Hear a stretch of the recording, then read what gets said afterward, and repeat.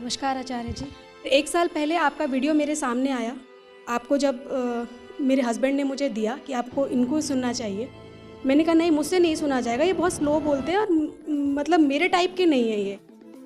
वो वीडियो बार-बार मुझे भेजते रहे और आफ्टर 6 मंथ जब मेरे मन में बहुत द्वंद हो गया कि क्या हो रहा है, मुझे समझ ही नहीं आ रहा। मैंने जब आपका वीडियो सुना, उसके बाद से लेके आज तक मैंने किसी को नहीं सुना।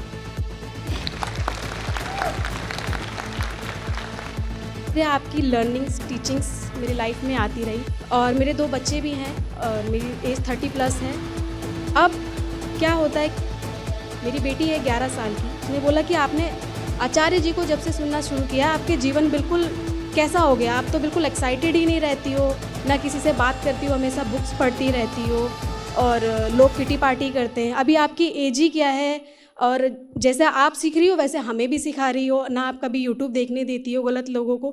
तो मेरे मन में बस यही रहता है कि पता नहीं मैं सही रास्ते पे हूँ कि गलत रास्ते पे। आज के समाज में मतलब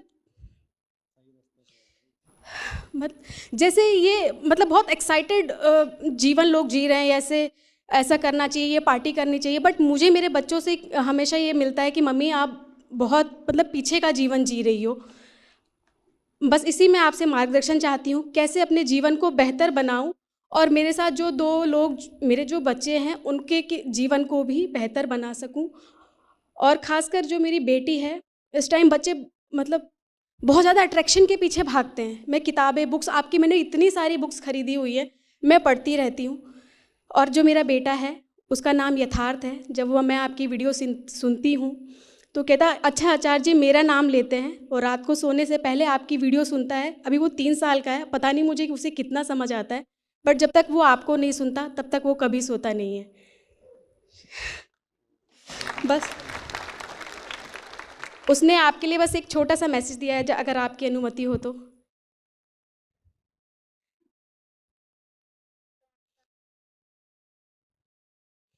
ज्ञान के प्रकाश में अंधे कर्म सब त्याग दो, निराश हो निर्भय बनो, तब पर तो बस युद्ध हो। धन्यवाद आचार्य जी।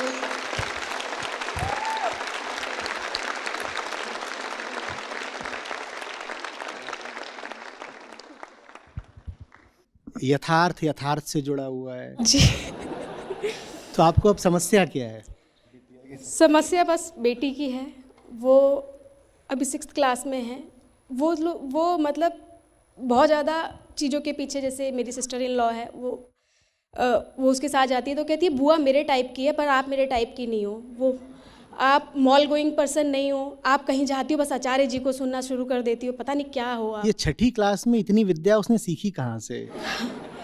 यही आचार्य जी, ये यूट्यूब और ये सब चीज़ें, और मतलब उनको यूट्यूब का इतना ज्ञान है, ये हो रहा है। वो कहती है आपको इन सब चीज़ों की नॉलेज नहीं है, आप मतलब बहुत ओल्ड फैशन हो, एस्थेटिक टाइप नहीं हो, यो टाइप नहीं हो। सुन के ये सारी चीज़ों पे बहुत गुस्सा आता है। तो मुझे कभी कहती कि जब आचार्य जी को सुन रही हो तो शांत रहना चाहिए ना, आप इतना अग्रेसिव क्यों हो जाती हो। चलिए सुनिए, ऐसी स्थिति अन्य लोगों के घरों में भी है जहाँ पे घर के और लोगों के और आग्रह हैं कि ऐसे होना चाहिए, इसको सुनना चाहिए, ये करना चाहिए, जिंदगी के दूसरे ढंग होने चाहिए। किन किन के घरों में ऐसी स्थिति है? बहुत लोगों के, सबके ही, बाप रे, ऊपर भी सभी। ठीक, वेदांत की विधि याद रखिए, वेदांत की विधि किसी को सत्य बताने की नहीं है। उपनिषदों का एक वाक्य बता दीजिए जो कहता हो ये रहा सत्य। कहीं है उपनिषद में ऐसा? नहीं है ना। सारी की सारी चेष्टा क्या है? झूठ को काटने की, झूठ को काटना है। तो आपको ये नहीं बताना है अपने घर वालों को या बेटी को कि आपको क्या पता है। बेटी आप पर जो अभियोग लगाती है वो कुछ हद तक सही है। अगर वो कह रही है कि फलानी चीज का आपको नॉलेज ही नहीं है, फलानी चीज ट्रेंडिंग है और आपको नॉलेज नहीं है, तो ये कमजोरी है ना आपकी।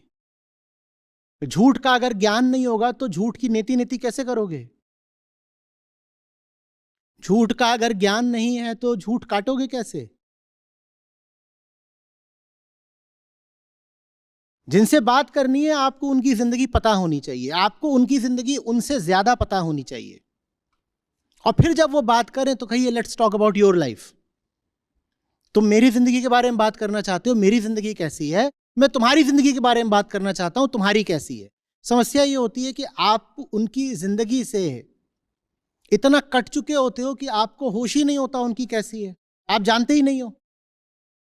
आपको पता होना चाहिए ना। मैं रखता हूं पता, जो कुछ भी ट्रेंडिंग है मुझे उसका पता होता है।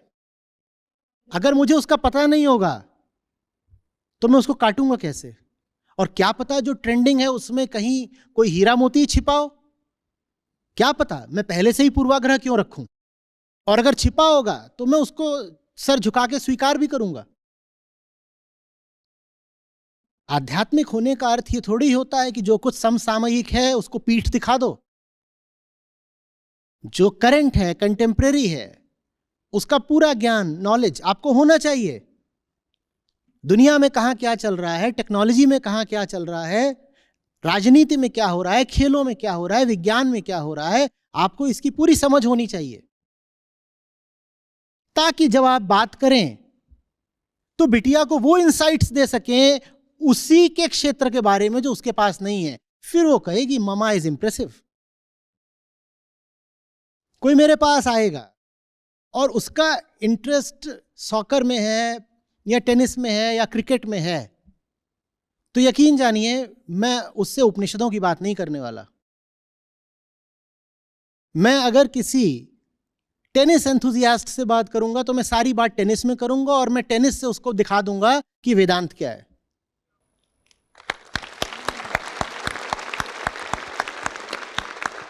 अब बिटिया को अगर टेनिस में रुचि है और आप जानती ही नहीं कि डबल फॉल्ट क्या होता है, तो आप ही करते रहोगे डबल फॉल्ट। टेनिस के माध्यम से वेदांत क्यों नहीं समझा सकते और उसे क्यों नहीं बता सकते कि देख इंटरेस्ट तेरा है टेनिस में, लेकिन फिर भी टेनिस के बारे में तेरे पास गहराई नहीं थी, इंसाइट्स नहीं थी। तेरा इंटरेस्ट है टेनिस में पर इंसाइट मेरे पास थी टेनिस के बारे में। मेरे पास कैसे थी? वो पूछेगी, खुद ही पूछेगी कि मम्मा how come you have such impressive insight into this sport. तब बोलिएगा। जी आचार्य जी, जब मैं वैसे मुझे चीज़ें पता रहती हैं और जब मैं उसको बोलती हूँ तो कहती है ओ मम्मा अब तो छुपा रिस्तम निकली, बात सब कुछ पता है आपको फिर भी आप एक्सप्रेस नहीं करती हो। तो फिर समस्या क्या है? मैं जो उसे समझाना चाहती हूँ कि जो ये सब ट्रेंडिंग है और ये सब चीज़ें हैं इनसे दूर हटके किताबों की तरफ से ऐसे थोड़ी कहते। अभी मैंने क्या बोला था? दमन नहीं करना है। समझने का। जो कुछ भी ट्रेंडिंग है हम कह ही नहीं रहे बुरा है, जी ना अच्छा है ना बुरा है, हम बस जानना चाहते हैं कि वो क्या है। अगर आपकी ऐसी छवि बन गई ना बच्चों के सामने या घर वालों के सामने कि जो कुछ भी चल रहा है ये तो हर चीज को बस कह देते हैं बुरा है बुरा है बुरा है, तो कोई आपसे बात ही क्यों करेगा? फिर क्यों आपसे बात करेगा? और किसने कह दिया कि जो कुछ भी चल रहा होता है दुनिया में सब बुरा ही चल रहा होता है? किसने कह दिया? हम तो कह रहे हैं 10 में से एक चीज बिल्कुल बहुत अच्छी और सुंदर भी हो सकती है। हर चीज को हम ऐसे ही कैसे कहते हैं कि ये भी बुरा है, ये भी बुरा है, ये भी बुरा है। आपको सब कुछ पता होना चाहिए ताकि आप उस पर एक निष्पक्ष बात कर सकें। जब आप वो निष्पक्ष बात करते हो तो लोग आपकी बात सुनते हैं। ये संवाद का, कम्युनिकेशन का एक नियम है। उसका जहां इंटरेस्ट हो वहां से बात शुरू करो, अपनी बात मत करो। मैं यहां आकर के आपको यूं ही स्लाइड्स दिखाने लगूं, ज्ञान देने लगूं, तो आप कितनी देर तक मुझे सुनोगे? मैं यहां पर क्या कर रहा हूं? मैं कह रहा हूं अच्छा चलिए थोड़ा हमने कर लिया निर्वाण षटकम, अब आप अपने मुद्दे बताइए। हम आपकी बात कर रहे हैं ना। जी जब आपकी बात होती है तो आप सुनते हो। और मैंने आप पर कोई नियम रखा है कि आप सिर्फ इसी क्षेत्र से बात करोगे, जिसका जिस तरफ से आ रहा है वो बात कर रहा है। कोई पूछ रहा है कि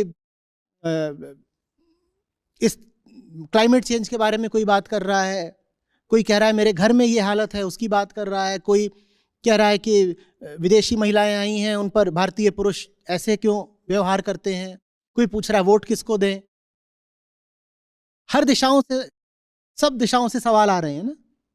तो इसीलिए ये वार्ता रुचिकर है, क्योंकि जिसका जिस मुद्दे को लेकर सवाल है हम उसी मुद्दे पर बात कर लेते हैं। अपनी बिटिया के मुद्दों पर ध्यान दीजिए, उसकी जिंदगी के क्या मुद्दे, उनमें घुसिए, और आपके भीतर ये हौसला, आत्मविश्वास, ये बोल्डनेस होनी चाहिए कि अगर वेदांत में सचमुच सच्चाई है तो मुद्दा कोई भी हो उसका समाधान वेदांत है।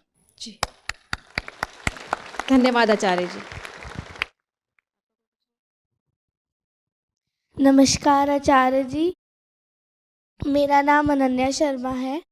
मेरा क्वेश्चन स्कूल से रिलेटेड था। जैसे कि अगर कोई, मतलब सब टीचर्स के लिए नहीं, जैसे जो थोड़ी सी खड़ूस सी होती हैं, अगर मान लो वो गुस्से के मूड में, और अगर हम उन्हें दिख गए तो वो हमको ज़बरदस्ती डांट के बोलेंगी कि तुम ये क्या कर रहे हो, और अगर हम उन्हें बता दें तो वो हमको उल्टा और डांटने लग जाती हैं, जबकि उन्होंने खुद ही पूछा हुआ होता है। और कभी कभार क्लास में कोई टॉपिक चल रहा और अगर क्वेश्चन पूछ दिया तो उनको नहीं पता तो वो और हमको डांट देंगे कि ज़्यादा डीप जाने की ज़रूरत नहीं, पेपर में नहीं आएगा। और पेपर के बाद अगर मार्क्स उसमें किसी बच्चों के, मतलब मोस्टली के नहीं आए, तो वो बोलेंगे कि मुझसे कोई पूछता ही नहीं है, मैं तो यहीं बैठी हुई हूँ।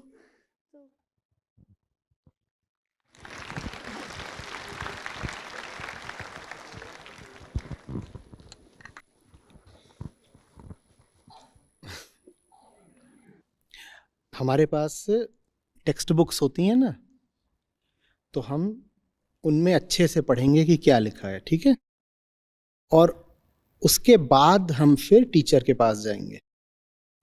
हमने ये पढ़ा है, उससे होगा कि हमारी पढ़ाई तो अब बहुत आगे बढ़ी गई, हमने पढ़ ही लिया, काफ़ी हद तक हमारी पढ़ाई पूरी ही हो गई, हमने पढ़ ही लिया।